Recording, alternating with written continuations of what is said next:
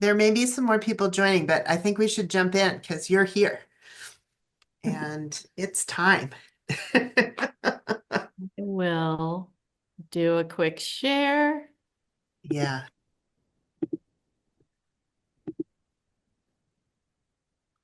Great. Can everybody see that okay? Awesome. Okay. That's great.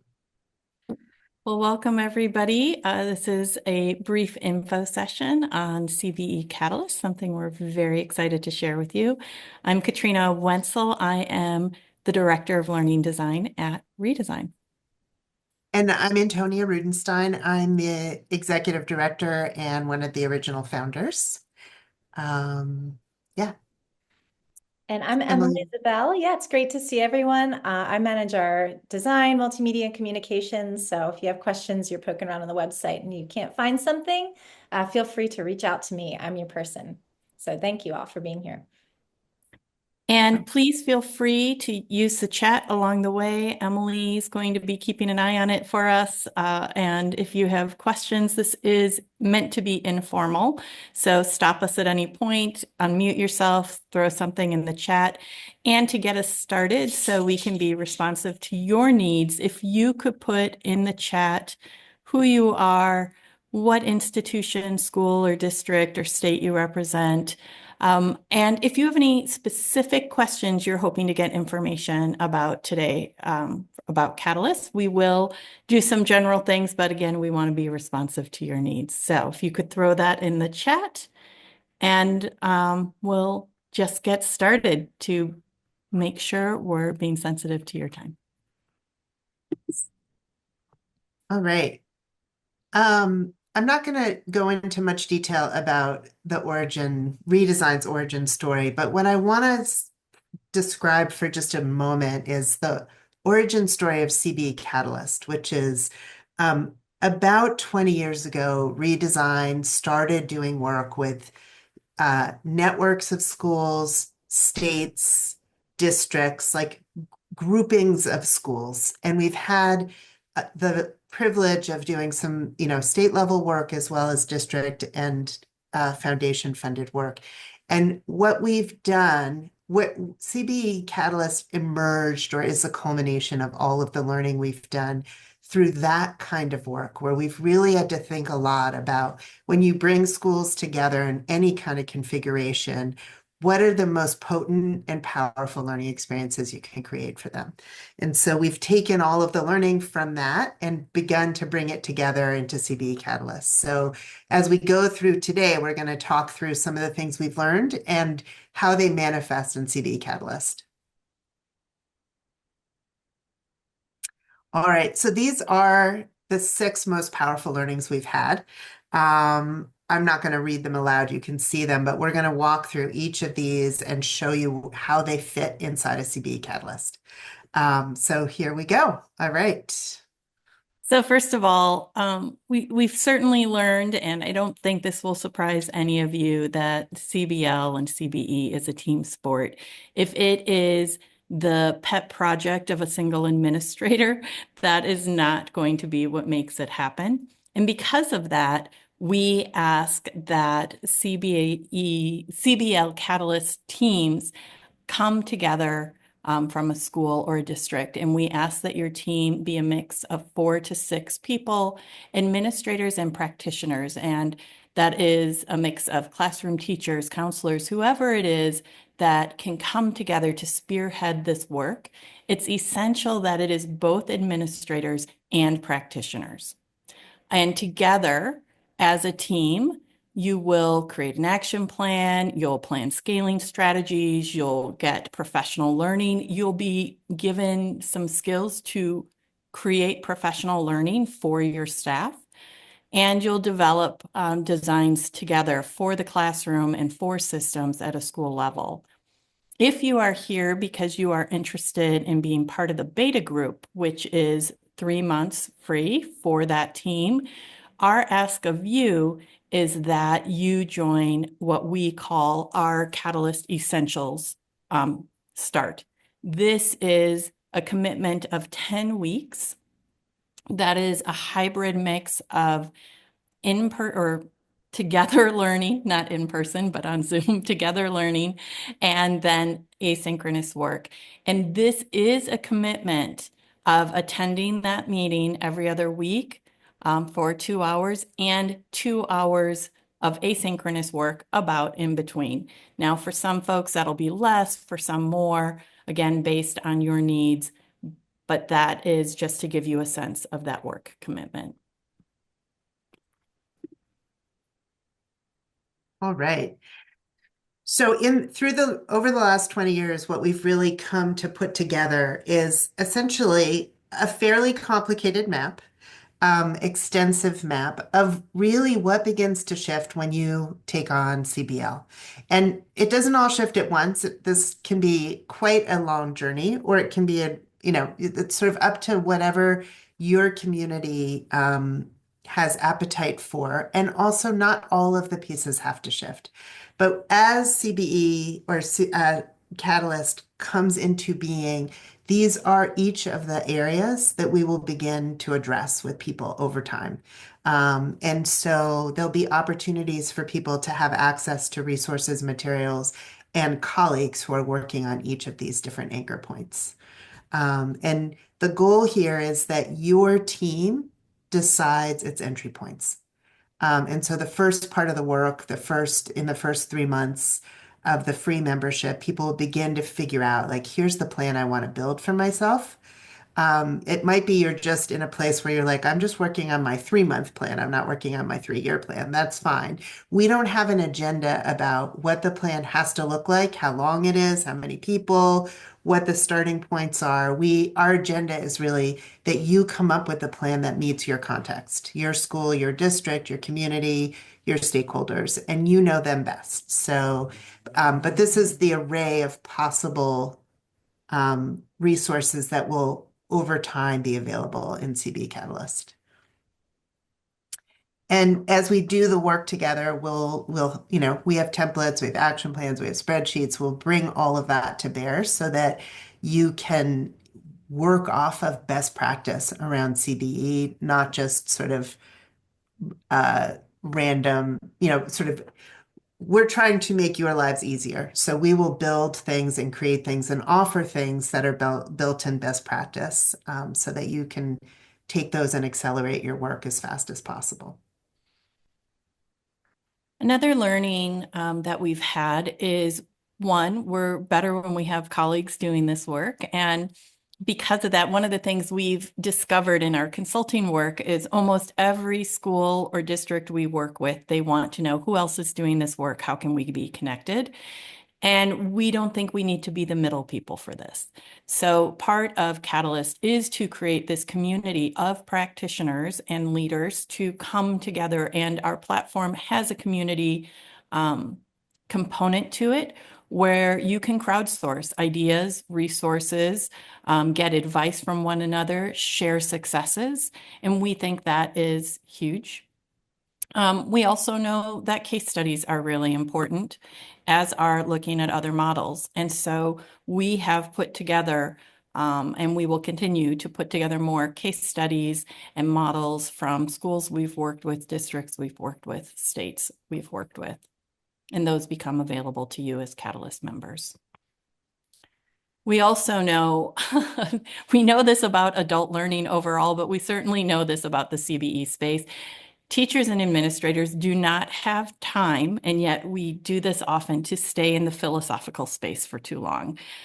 Getting to concrete, boots on the ground, what does this look like, is really important. And because of that, every synchronous, hybrid, or asynchronous opportunity that we create has built in that you take away something you can use right away that is partially designed by you for your context, so that no learning is left just to live in the headspace, but actually is designed to be practical right away.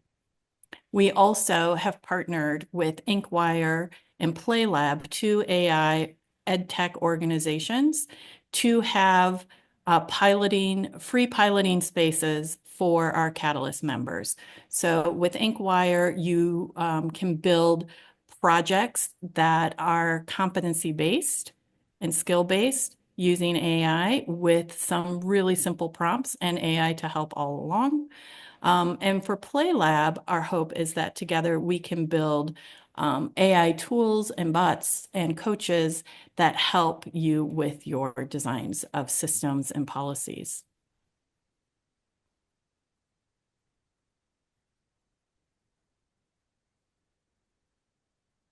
We also know that flexible entry points and timelines are key. Everybody's at a different point. Everybody has different bandwidth. Everybody has different constraints.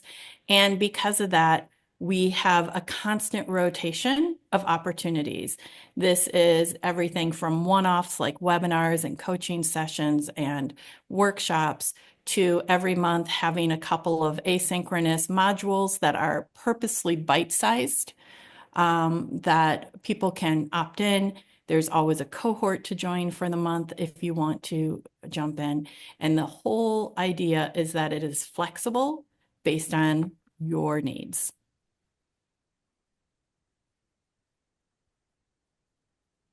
All right. So the other thing we've learned is it's really helpful to have people who've walked this journey before. Um, and so what we are doing is creating different ways for people to access expert guidance.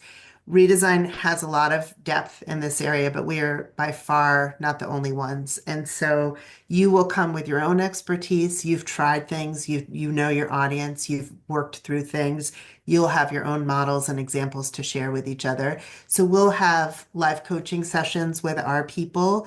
We'll have cohorts where you can be in a learning experience for a period of time with others.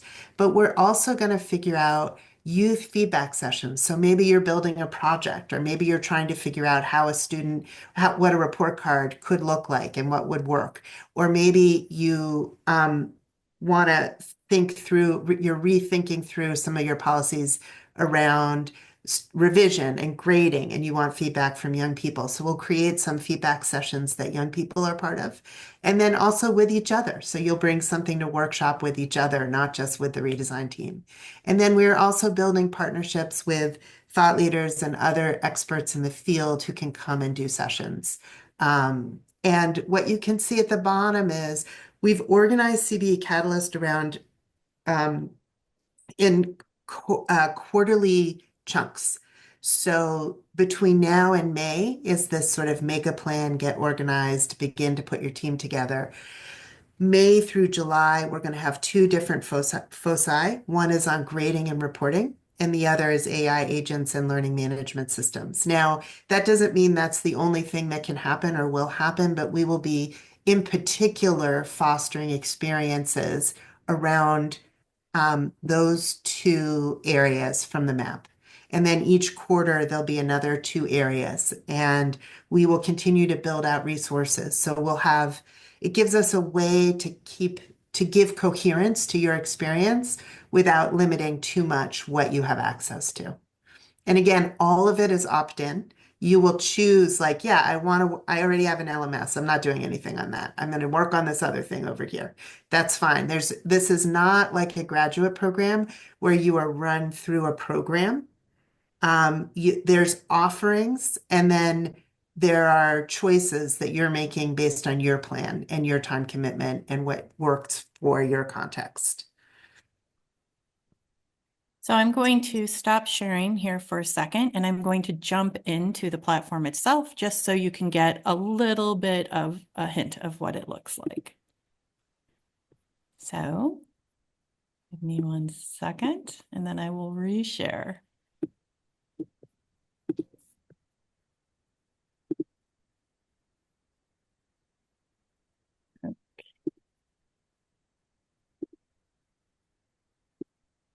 Look at it from this viewpoint. So when you get into Catalyst, you have your own dashboard. You can see what's coming up and see what those opportunities are. We have quick links that'll bring you directly to our Inkwire sandbox, the PlayLab sandbox, also our resources. And then down below, you can see what are you engaged with that you're in progress or that you want to engage with but haven't started. What have you completed? You'll have your own dashboard here. And then you can filter the things that are coming up, courses, webinars, et cetera, to see in one shot what's there for you. If you were to click on a course, here's the Ignite Essentials Aligning the Team course. This is, again, part of, if you're looking at that 3-month beta group, your team would be part of this. It starts with this 3 weeks of aligning the team. There's 2 synchronous times that we meet, and then the rest of the time is your asynchronous work together. That then feeds into courses, that one for administrators and one for teachers. So we start with aligning together and then separate out to specific needs. So in this, you can see you can have video lessons and you can make your video player bigger or smaller. You can have text lessons. There's also things like on your own. So this would be asynchronous work. None of these are mandatory, right? If you already feel good with terminology and some of the differences or similarities between competency-based education and mastery-based learning and personalized learning, you would just continue. But if you needed a refresher on competency-based learning, you might spend some time in some of these. Again, some video, some text, and from there, you can make some choices. We also have our resource hub, and these resources are varied. For instance, in our learning activities, these are designed to be classroom teacher facing. These are teacher activities that they can do that are competency aligned and that will give them the instructions they need. There's also things like this activities for young learners. We get questions, what do you do with your youngest learners in competency development? And here you can see it as a flip book, but you can also download it. That's the same case for things that are designed. Here's a model, a framework, a case study on looking at the state of South Carolina and what that work looked like when they tried to do some personalized competency-based education at a state level. And again, you can download it or you can just see it online. So that's what the activities look like. And the last thing I'll say is within each course connects to the community. So not only do you have the general community of all people in Catalyst, but you also get your own community by your cohorted courses so that you can speak and connect together directly through that. Okay, I'll go back to and I hope, again, feel free to unmute yourself or put something in the chat if you have any questions as we're going. I know there's a lot here.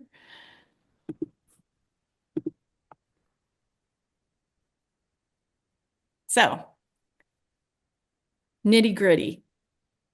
Antonia, did you want to say anything about this? Well, I'll just maybe if you have any questions about it, it's essentially we have until February 17th to sign up for the 3-month beta membership, which is free. And then over time, how the pricing works is a per school membership of $5,000 for a school team of 6. And the way we've thought about that is 6 people will have a year of professional learning as leaders who can bring work back to their schools. And uh, and then there's what we're thinking is the goal is sustainability, so that you're building your institutional knowledge to lead and run this work with support inside a CBE Catalyst, and over time that can be work that you can just bring back and run for yourselves. Anything within CBE Catalyst can be downloaded for your school. So if you're building a professional learning series for your teachers on pedagogical practices, you can download activities. They're not limited to just you. And they can fit into your action plan that you're building. And that's it. And I'll add one more thing here, which is to say, as a former school administrator who hired consultants to help us with our CBE work, it's really expensive to do it that way. And sometimes that's needed and it can be very helpful. But one of the points of CBE Catalyst is to reduce that financial cost while increasing the internal capacity for you all to lead your school, right? For teachers and administrators to be able to lead themselves in this work themselves. And I couldn't do that when I started because I didn't feel like I had the expertise to do that. But part of what Catalyst does is it's going to help you have that expertise. And to me, I just feel like that's something that's been missing in this domain. So it's part of what makes me excited about it. All right. Stop sharing. What Anything we can tell you, anything you're wondering about?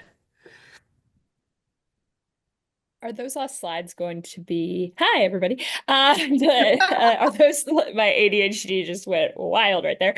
Are those last slides with the code in it going to be sent to us? Uh, Good question. We can, right? Do we have everybody? We have everybody's email. Yep, we can do that. Yeah, Absolutely. that's great. Hi, I have a quick question about the time. If we are able to get a group of six, we have a rotating schedule, and so I'm thinking it's likely that maybe at least one of the people of the six could attend that. What are the requirements, I guess, for that commitment if this is happening during class time for some of the teachers? Sure. So one of the things we highly recommend is that administrators on the team commit to helping those teachers be able to make the meetings. So providing subs, whatever's necessary. That said, we know that there will be reasons people can't do it. Either a sub can't be found, it's during your spring break one of the weeks, it's, there will be, and it will be just fine. You'll be just fine. It's helpful if at least some people from the team can make it so they can also be sharing information. But those decks and that it will, first of all, it'll be recorded other than breakout rooms, and that will be made available to the practitioners. The decks are also made available. So people can catch up if they've missed some things. But again, because there's some workshopping and working within the time, it's helpful if people can make it. We also talked about that we've set a time, but if like within that cohort, people say X time is better, we'll be flexible, right? But we wanted to start from somewhere and not start from not having people be able to put things on their calendars. Thank you. Mm-hmm. And each workshop is either 90 minutes or 2 hours. And again, every other week we have the calendar of that. But yeah, so there's a total of 5 meetings total.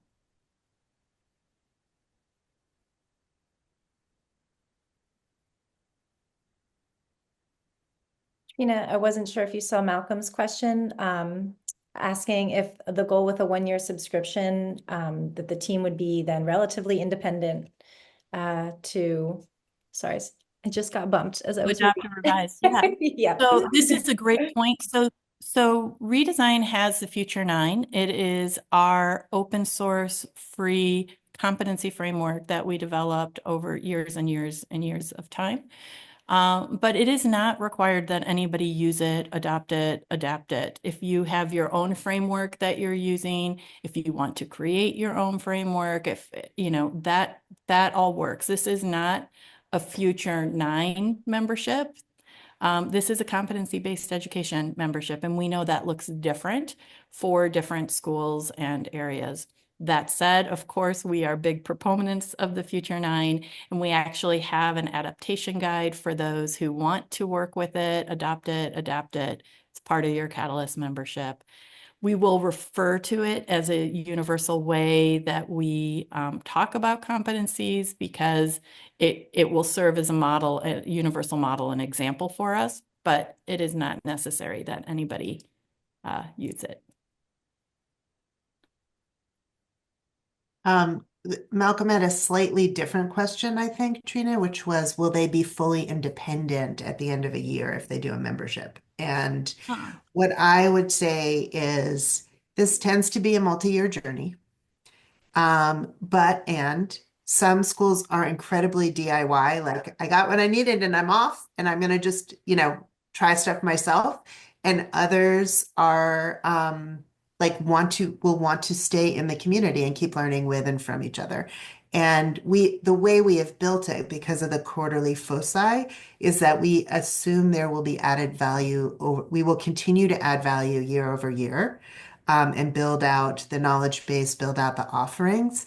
And also we want to build it in such a way that if you said, oh, well, we've had our first team of 6, but now we had our principal left or our 2 lead teachers left, and now we want to add some other people, or we're trying to scale in a bigger way, that there's opportunities for you to add additional people or not. Like really based again on your action goals, your priorities, et cetera. So the goal is that we will continue to add value. It's not, again, like it's not like a master's program where you take the courses and you're done. And there's no more additional learning to be done in that place. We certainly know many sites. We have a lot of sites that are actually using the Future 9 that we've never even met. They've never asked us for support. That's fine. Like we're excited that they're using it. And so it'll be very much based on what your team decides is the best priority.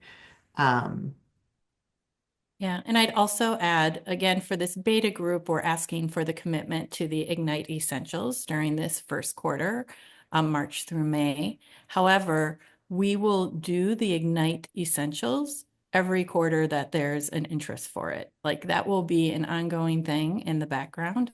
So if there's anybody on this call that's like, I don't need the beta, we're just going for the membership, you could choose to do the Ignite Essentials, for instance, over the summer if you prefer. But for the beta group, whole point of a beta group is so we can get feedback, you can have a great experience. And so that's why we ask for that initial commitment.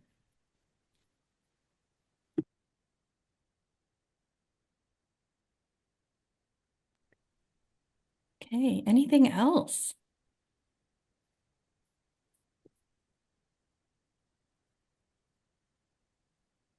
all right. Thank you all.